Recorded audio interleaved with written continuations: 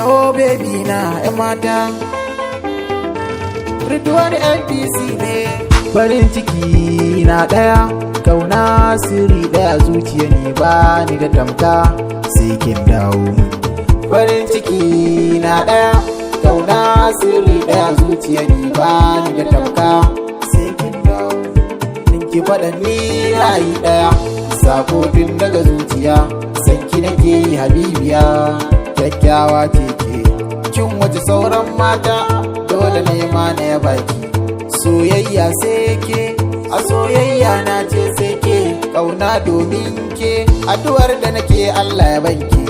Matsayin matata, in nuna miki gata, ke ce kaunata, tare da ke zan huta.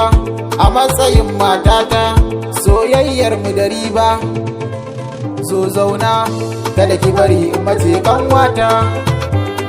Na san ki da gaskiya har abada ba zan manta ba. Soyayya farin gani, kuma kin mini ina gani.